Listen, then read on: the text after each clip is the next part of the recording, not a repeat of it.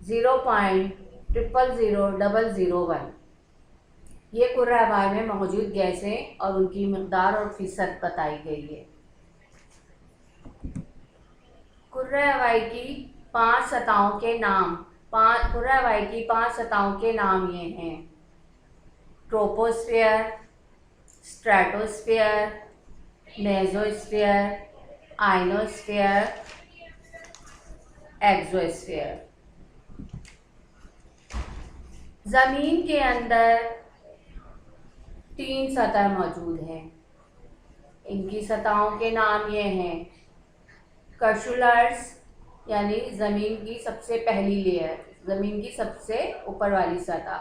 اس کے بعد second number پر زمینی خول یعنی دوسری سطح، اور تھرڈ یعنی سینٹر میں مرکزہ، سب سے اندرونی سطح۔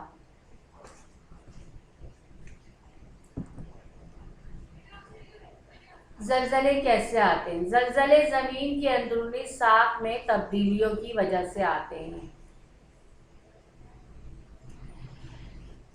زمین کے اندر مختلف پلیٹوں میں بٹ گیا ہے۔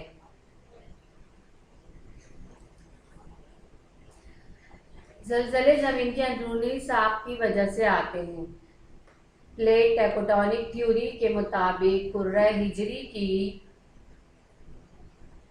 اوپر والی سطح یعنی کرسٹ پر بہت ساری دراڑیں موجود ہیں۔ اسی وجہ سے کرسٹ مختلف پلیٹوں میں بٹ گیا ہے۔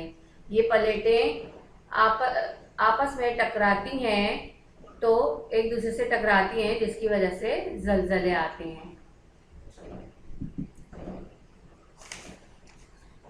زمین کا 71% حصہ پانی میں ڈوبا ہوا ہے۔ زمین پر پانی 3 حالتوں میں پایا جاتا ہے، یعنی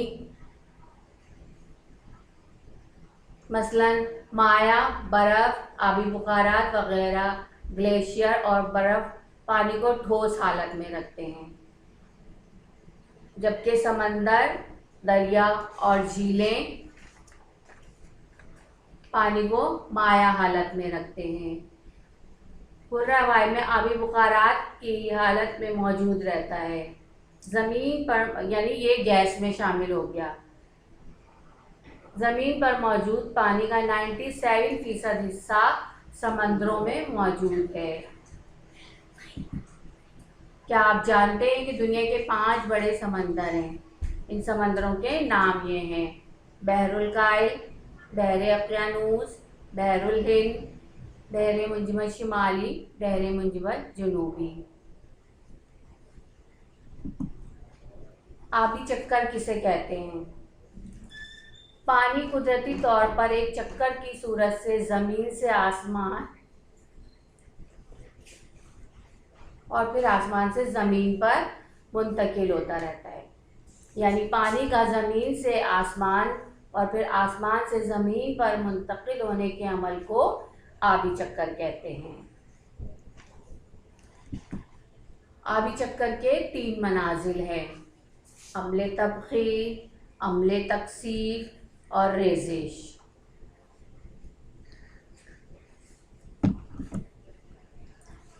آبی چکر میں سب سے پہلے عمل تبخیر۔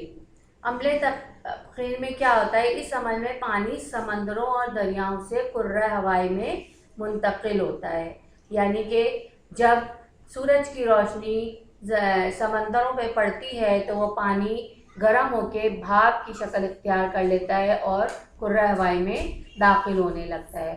سورج سے حرارت کی وجہ سے پانی مائع حالت میں تبدیل ہو کر بخارات کی حالت میں آ کر کرۂ ہوائی میں داخل ہو جاتا ہے۔ یہ اس عمل کو عمل تبخیر کہتے ہیں۔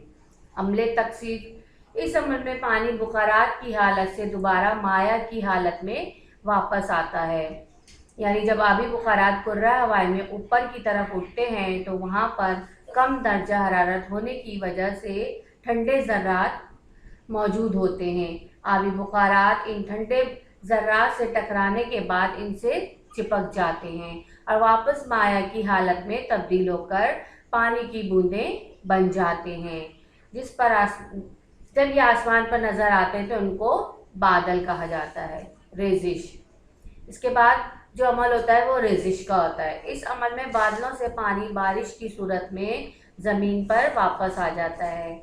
ریزش کی مختلف اقسام ہیں، مثلا بارش، برف باری، ژالہ باری. اگر بارش تیز ہو تو پانی کو زمین میں جذب ہونے کا موقع نہیں ملتا. یہ پانی ندیوں اور دریاؤں میں بہتا ہوا واپس سمندروں تک جا پہنچتا ہے. یہاں عمل تبخیر پہلے ہی سے جاری ہوتا ہے. یوں ایک بار پھر پانی کرۂ ہوائی میں منتقل ہو جاتا ہے. یہ ہے آبی چکر. امید کرتی ہوں آج یہ چیپٹر آپ کو سمجھ آیا ہوگا. اب ملیں گے نیکسٹ چیپٹر پہ. اللہ حافظ.